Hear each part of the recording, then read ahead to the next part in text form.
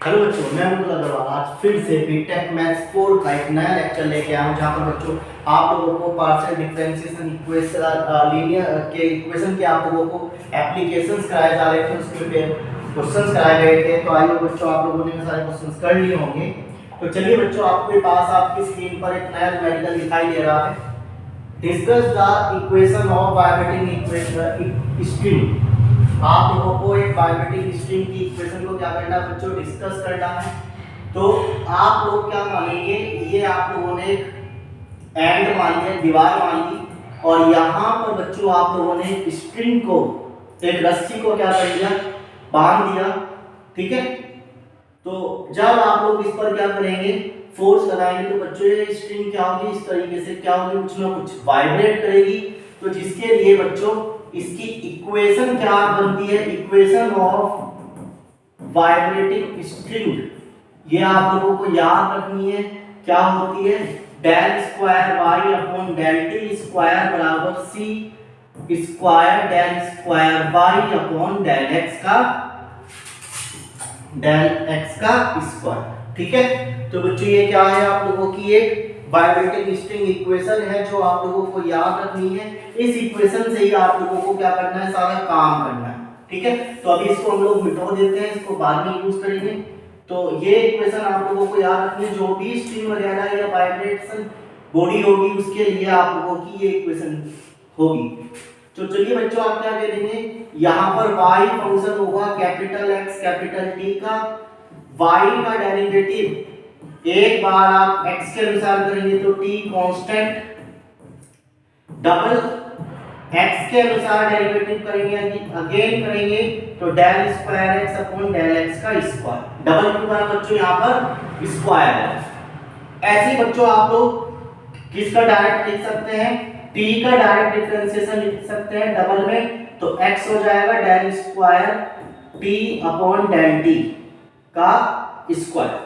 ठीक है, अब ये वाली वैल्यू उठा के आप लोग इस जगह पे रखेंगे, तो क्या रखेंगे बच्चों, इसकी जगह पर आप लोग x del square capital T upon del t का स्क्वायर बराबर c स्क्वायर डेल, और यहां पर क्या आ जाएगा बच्चों आप लोगों का t del square del x square का स्क्वायर। ठीक है, अब आपने क्या करना है, t वाले एक साथ ले जाने हैं, 1 upon c square t del square t upon del t का स्क्वायर, x वाले एक साथ ले जाएंगे आप लोग, तो ये चीज बच्चों यहाँ पर क्या हो गई, इस तरीके से सेपरेट हो गई, फंक्शन सेपरेट हो गए, और इसे आप लोग क्या मान लेंगे, कुछ देर के लिए k मान लेंगे। क्लियर, जब आपने k मान लिया बच्चों, इस चीज को इसके बराबर लिख लेंगे, del square t upon del t का square c square t k, इसको इसके बराबर लिख लेंगे, डेल स्क्वायर x स्क्वायर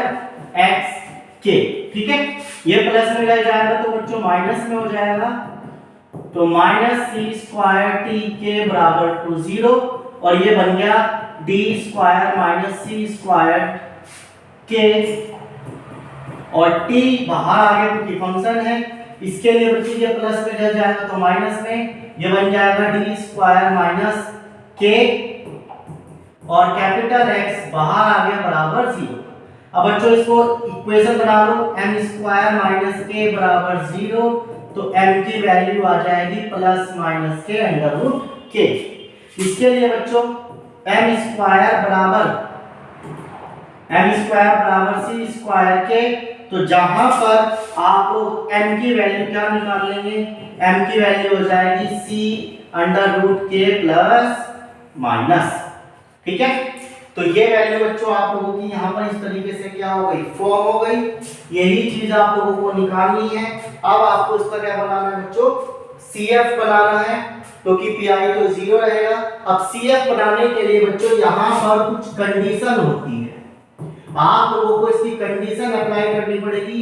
यदि k का वैल्यू क्या हो जाए, 0 से बड़ा हो जाए, यानी पॉजिटिव हो जाए, तो बच्चों k का वैल्यू यदि पॉजिटिव हो जाएगा, इसके लिए कैपिटल X का जो CF बनेगा वो कितना बनेगा बच्चों, आपके पास C1 e की power under root k x plus C2 e की पावर अंडर रूट माइनस में kx। ठीक है, और कैपिटल टी के लिए क्या बनेगा बच्चों, c1 e की पावर c अंडर रूट के t, और यहाँ पर 3 कर लीजिए और ये बनेगा c4 e की power minus c under root के t, यदि k की वैल्यू क्या हो जाएगी बच्चों आप लोगों की 0 से बड़ी हो जाएगी।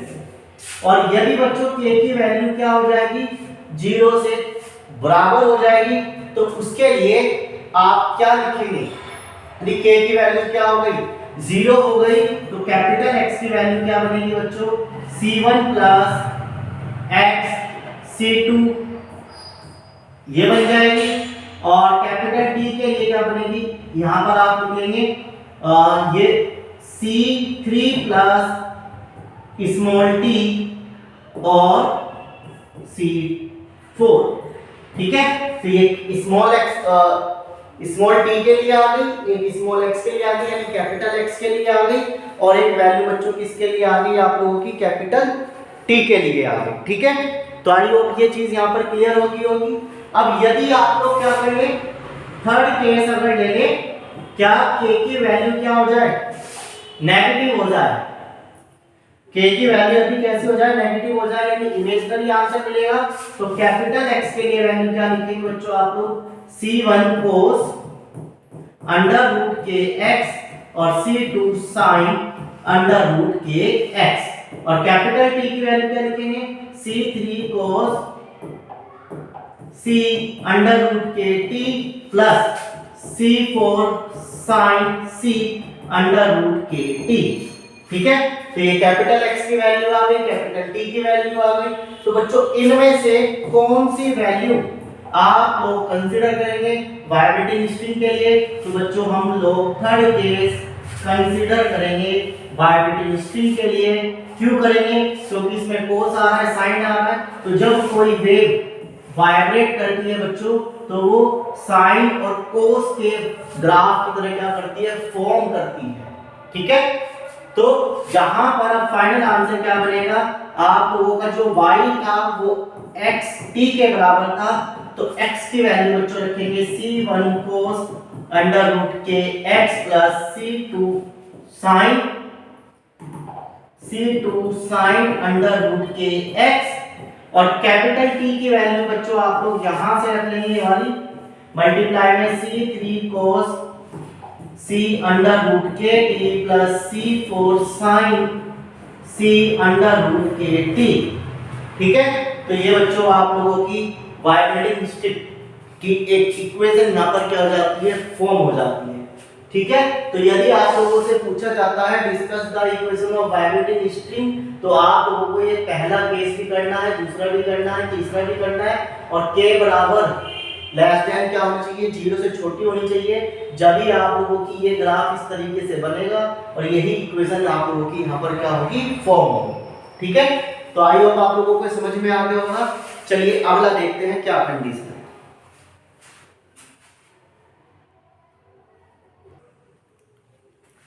चलिए बच्चों, आपके पास आपकी स्क्रीन पर दूसरा न्यूमेरिकल आ चुका है। क्या कहा गया है, find the solution of the wave equation. आपको वेव इक्वेशन का सॉल्यूशन फाइंड करना है कब, जब y बराबर p नॉट cos pt है, जहां पर p नॉट कांस्टेंट है, when x बराबर l है एंड y बराबर 0, when x बराबर 0। तो बच्चों आपको find the solution of wave equation, यानी जो अभी आप लोगों को कराया है यहां तक का सेम करना है, तो शुरू से लेके यहां तक का सेम करना है।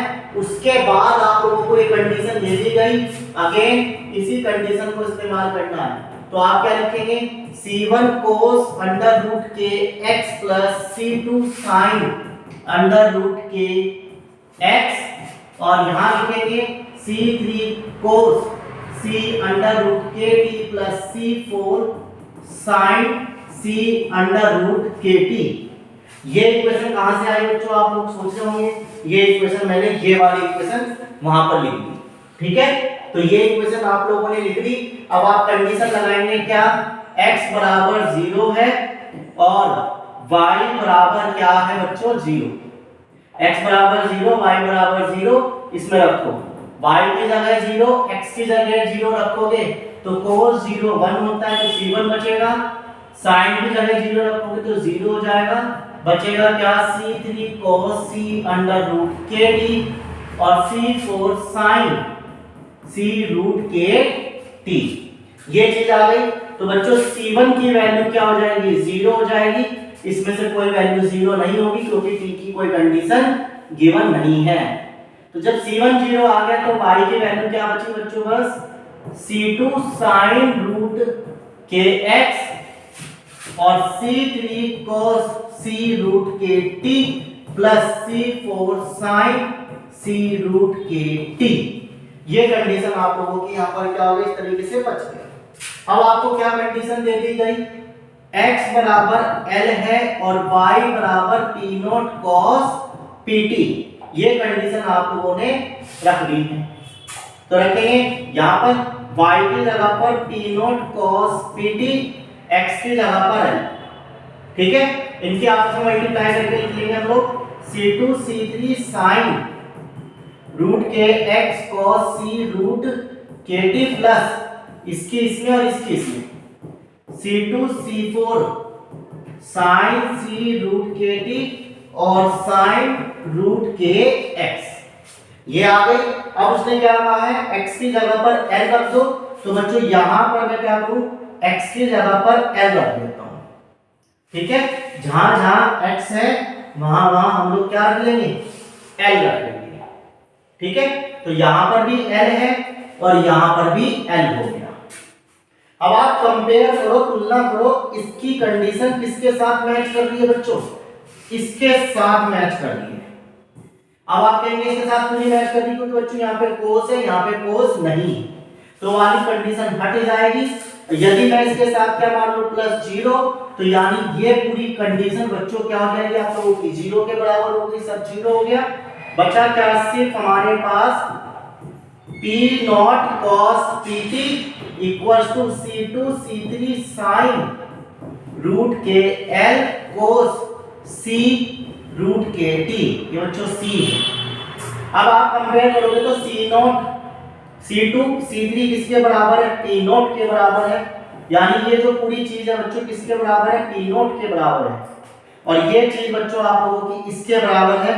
तो यदि हम लोग इसको लिखें ऐसे, क्या यदि हम लोग इसको यहाँ पे लिखें, जो p नॉट है बच्चों किसके बराबर है c2 c3 sin रूट के l के बराबर हो गया, और cos pt किसके बराबर हो गया बच्चों आप लोगों का cos c रूट के t के बराबर हो गया। ठीक है, आई होप ये चीज क्लियर होगी हो, यानी ये पूरी वैल्यू बच्चों p नॉट के बराबर हो गई।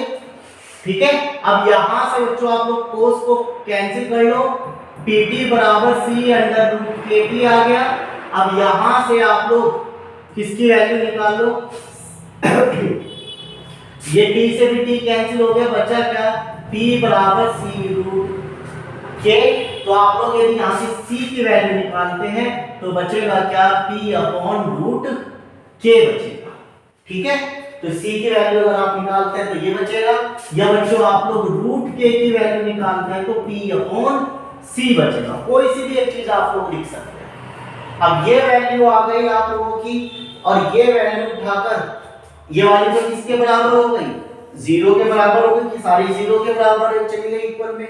अब ये वैल्यू बची, इन वैल्यू को उठा के बच्चों हम लोग कहां रख लेंगे, अपने इस न्यूमेरिकल में रखेंगे, इस क्वेश्चन में रखेंगे। तो जब आप मल्टीप्लाई करेंगे तो क्या होगा, ये वाली टर्म कैंसिल हो जाएगी। यदि मैं इसको लिख के दिखाऊं तो आपके पास क्या बच रहा है, इस चीज को y c2 sin रूट के x c3 cos c root के t प्लस इसकी इसमें c4 और c2 sin रूट के x और sin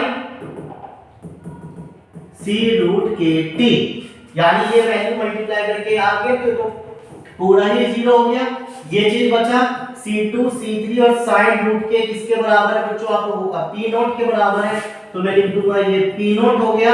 बचा क्या cos as it is, c की जगह पर मैं क्या लिख लूं बच्चों p अपॉन रूट k लिख लूं।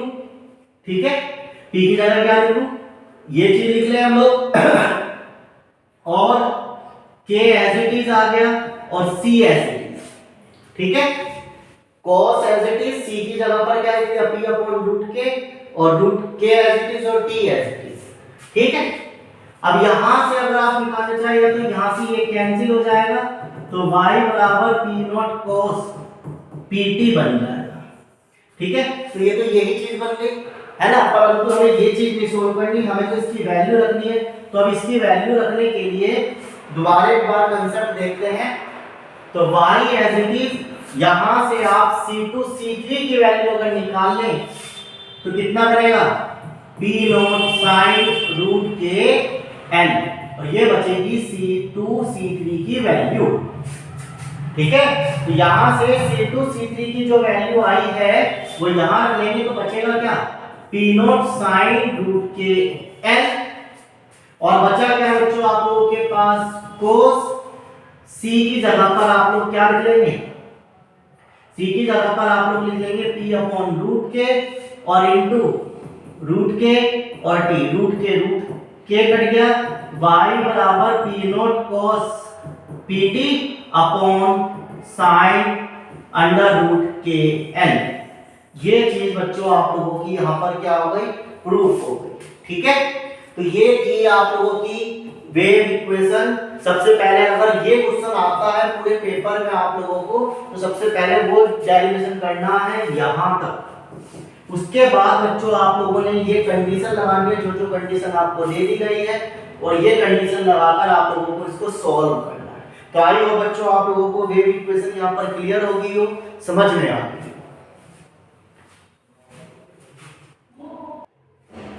ठीक है बच्चों, अब देखो यहाँ पे एक चीज और रह गई, यहाँ पे आप लोगों का एक साइन रूट के x और रह गया, इसको और लिख लीजिए क्योंकि आप लोगों ने c2 और c3 की वैल्यू निकाली थी। तो यहाँ पर बचा साइन रूट के x, तो यहाँ पर भी आप लोगों के पास बच जाएगा साइन रूट के x। अब आप इसे k में चेंज करना चाहो तो p में कर लीजिए पूरे क्वेश्चन को, k में करना चाह रहे हैं तो k में कर लीजिए, ठीक है। तो ये इसका क्या हो जाएगा, फाइनल आंसर हो जाएगा, ठीक।